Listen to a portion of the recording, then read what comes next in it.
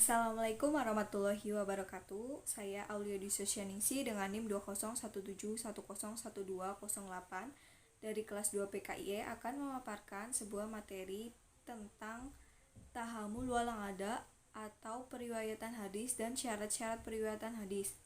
Tahamul wal ada atau periwayatan hadis dan syarat-syarat periwayatan hadis terdiri menjadi 4 subbab. Yang pertama yaitu definisi periwayatan hadis. Definisinya terbagi menjadi dua, yaitu definisi dari secara istilah dan definisi secara bahasa. Dan di sini juga membahas tentang poin-poin yang penting yang harus ada dalam periwayatan hadis. Yang kedua ada proses periwayatan hadis. Proses periwayatan hadis dilakukan melalui 2 tahap, yaitu yang pertama penerimaan atau tahamul al-hadis dan penyampaian kepada pihak lain atau ada al-hadis. Yang ketiga yaitu metode periwayatan hadis. Metode periwayatan hadis dibagi menjadi 8 metode, yaitu al-sama, al-qiraah ala al-syaikh, al-ijazah, al-munawalah, al-kitabah, al-i'lam, al-wasiat, dan al-wijadah. Dan subbab yang terakhir yaitu macam-macam periwayatan matan hadis. Periwayatan matan hadis ada 2 macam, yaitu periwayatan secara redaksional atau al-riwayat bil lafz dan periwayatan secara substansial atau al-riwayat bil makna. Memasuki subbab yang pertama yaitu definisi periwayatan hadis. Secara istilah, riwayah adalah kegiatan penerimaan dan penyampaian hadis serta penyandaran hadis itu kepada para periwayatnya dengan bentuk-bentuk tertentu. Periwayatan atau riwayah hadis adalah proses penerimaan hadis oleh seorang rawi dari seorang gurunya dan setelah dipahami, dihafalkan, dihayati, diamalkan, ditulis, dan disampaikan kepada orang lainnya sebagai murid dengan menyebut sumber pemberitaan riwayat tersebut. Beberapa poin yang harus ada dalam periwayatan hadis adalah sebagai berikut. Yang pertama, orang yang melakukan periwayatan hadis yang kemudian dikenal dengan rawi atau periwayah. Yang kedua, apa yang diriwayatkan. Yang ketiga, susunan rangkaian periwayatan atau sanad atau isnad. Yang keempat yaitu kalimat yang disebutkan sesudah sanad yang kemudian dikenal dengan matan. Dan yang kelima yaitu kegiatan yang berkenaan dengan proses penerimaan dan penyampaian hadis atau disebut juga dengan at-tahamul wal ada al-hadis. Jadi, periwayatan hadis adalah kegiatan penerimaan hadis dari seorang dan penyampaiannya kepada orang lain dengan menggunakan redaksi kalimat tertentu. Subbab yang kedua yaitu proses dan syarat periwayatan hadis. Proses dan syarat periwayatan hadis terbagi menjadi 2 tahap. Yang pertama, penerimaan hadis atau tahamul al-hadis. Tahamul al-hadis menurut bahasa adalah menerima hadis atau menanggung hadis. Sedangkan menurut istilah, tahamul artinya menerima hadis dan mengambil dari para guru atau syekh. Syarat al-hadis ada 2, yaitu yang pertama tamyiz. Menurut Al-Hafiz Musa ibnu Harun al-Hamal, seorang anak disebut tamyiz jika sudah mampu membedakan antara sapi dan keledai. Seorang yang belum balik boleh menerima hadis asalkan ia sudah tamyiz. Hal ini didasarkan pada keadaan para sahabat, tabi'in, dan ahli ilmu setelahnya yang menerima hadis walaupun mereka belum balik seperti Hasan, Husain, Abdullah ibnu Zubair, Ibnu Abbas, dan lain-lain. Syarat yang kedua yaitu berakal sehat. Berakal sehat disyaratkan dalam tahamul al-hadis. Oleh karena itu, tidak sah riwayat orang yang menerima hadis tersebut ketika dalam keadaan tidak sehat akalnya. Tahap yang kedua adalah penyampaian hadis. Ada al-hadis. Menurut istilah adalah meriwayatkan hadis dan memberikannya pada para murid. Dan menurut bahasa adalah menyampaikan sesuatu pada orang yang dikirim kepadanya. Syarat-syaratnya sebagai berikut. Yang pertama, Islam. Pada waktu periwayatan suatu hadis, seorang perawi harus muslim. Menurut ijma, periwayat hadis oleh orang kafir dianggap tidak sah karena riwayat orang muslim yang fasik saja ditolak, apalagi hadis yang diriwayatkan oleh orang kafir. Yang kedua adalah balik. Balik adalah perawi yang cukup usia ketika ia meriwayatkan hadis, baik balik karena berusia 15 tahun atau balik karena sudah keluar mani bagi laki-laki atau sudah mengalami haid bagi perempuan. Syarat yang ketiga adalah atau adil. Adil merupakan suatu sifat yang melekat pada seorang yang bertakwa dan muruah atau menjaga harga diri.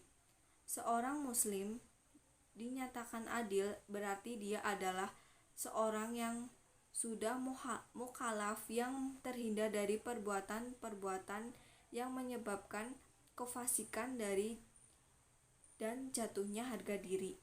Jadi syarat yang ketiga ini sebenarnya sudah mencakup dua syarat sebelumnya, yaitu Islam dan balik. Syarat yang terakhir adalah dabit. Dabit ialah ingatan yang kuat. Maksudnya, seorang yang meriwayatkan hadis harus ingat dengan kuat hadis yang ia sampaikan. Ia mendengar hadis dan memahami apa yang didengarnya, serta hafal dengan benar sejak menerima hadis hingga ia meriwayatkan kepada orang lain. Subbab yang ketiga adalah metode periwayatan hadis yang terbagi menjadi 8 macam. Yang pertama, al-sama, yakni mendengar sendiri dari perkataan gurunya, baik dari cara didikte maupun bukan, dan baik dari hafalannya maupun dari tulisannya. Yang kedua adalah al-qiraah ala asai, yaitu murid membaca hadis di depan gurunya, baik ia sendiri yang menyampaikan atau yang mendengarkan dan yang meriwayatkannya. Yang ketiga adalah ijazah, yaitu pemberian izin dari seseorang kepada orang lain untuk meriwayatkan hadis darinya atau dari kitab-kitabnya. Yang keempat ada al-munawalah, yaitu seseorang guru yang memberikan sebuah naskah asli kepada muridnya atau salinan yang sudah dikoreksinya untuk diriwayatkannya. Yang ketiga ada al-kitabah, yakni seorang guru yang menulis sendiri atau menyuruh orang lain untuk menulis beberapa hadis kepada orang di tempat lain atau yang ada di hadapannya. Yang keenam yaitu al-i'lam, yaitu pemberitahuan guru kepada muridnya bahwa hadis yang diriwayatkannya adalah meriwayatkan sendiri yang diterima dari seorang guru dengan tidak mengatakan atau menyuruh agar si murid meriwayatkannya. Yang ketujuh ada al-wasiyah, yaitu pesan seseorang dikala akan meninggal atau bepergian dengan sebuah kitab atau tulisan supaya diriwayatkan. Dan yang terakhir ke-8 al-wijadah, yaitu memperoleh tulisan hadis orang lain yang tidak diriwayatkan dengan sama qiraah maupun aliran maupun selainnya dari pemilik hadis atau pemilik tulisan tersebut. Dan subbab yang terakhir adalah macam-macam periwayatan matan hadis yang terdiri dari 2 macam. Yang pertama, periwayatan hadis secara lafzi atau al-riwayah bil lafz. Periwayatan hadis secara lafaz adalah meriwayatkan hadis sesuai dengan lafaz atau redaksi kalimat yang mereka terima dari Nabi Muhammad atau secara redaksional Dengan istilah lain yaitu meriwayatkan hadis dengan lafaz yang masih asli dari Nabi Muhammad. Tercatat dalam sejarah bahwa para sahabat Nabi adalah orang yang sangat berhati-hati dan ketat dalam periwayatan hadis. Mereka tidak mau meriwayatkan sebuah hadis hingga yakin betul teks serat huruf demi huruf yang akan disampaikan itu dengan yang mereka terima dari Nabi Muhammad. Periwayatan dengan lafaz ini dapat kita lihat pada hadis-hadis yang memiliki redaksi sebagai berikut. Yang pertama, samata atau saya mendengar, contoh dari hadis Muslim dan lain-lainnya, yang artinya dari Mughirah RA, ia berkata, aku mendengar Rasulullah Shallallahu Alaihi Wasallam bersabda, sesungguhnya dusta atas namaku itu tidak seperti dusta atas nama orang lain. Maka siapa yang berdusta atas namaku dengan sengaja, maka hendaknya ia menempati tempat duduknya di neraka. Yang kedua adalah hadasana atau yang artinya ia menceritakan kepadaku. Contohnya adalah dengan arti Malik dari Ibnu Syihab telah bercerita kepadaku, dari Humaydi bin Abdurrahman dari Abi Hurairah bahwa Rasulullah Shallallahu Alaihi Wasallam bersabda, siapa yang melakukan qiyam Ramadan dengan iman dan ihtisab, diampuni dosa-dosanya yang telah lalu. Dan yang ketiga adalah abarona atau ia memberitakan kepadaku. Dan periwayatan yang kedua adalah periwayatan hadis secara makna atau riwayat bil makna. Meriwayatkan hadis dengan makna adalah meriwayatkan hadis berdasarkan kesesuaian maknanya saja, sedangkan redaksinya disusun sendiri oleh orang yang meriwayatkannya. Dengan kata lain, apa yang diucapkan oleh Rasulullah hanya dipahami maksudnya saja, lalu disampaikan oleh para sahabat dengan lafaz atau susunan redaksi mereka sendiri.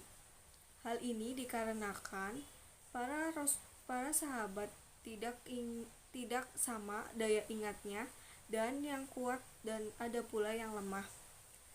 Di samping itu, kemungkinan masanya sudah lama sehingga masih ingat hanya maksudnya sementara. Apa yang diucapkan Nabi sudah tidak diingatnya lagi. Periwayatan hadis dengan makna tidak diperbolehkan kecuali jika perawi lupa akan lafaz tetapi ingat makna, maka ia boleh meriwayatkan hadis dengan makna. Sekian yang dapat saya sampaikan. Bila dalam pemaparan materi saya banyak kekurangan atau kesalahan, saya mohon maaf yang sebesar-besarnya. Semoga materi kali ini dapat bermanfaat bagi kita semua. Terima kasih. Wassalamualaikum warahmatullahi wabarakatuh.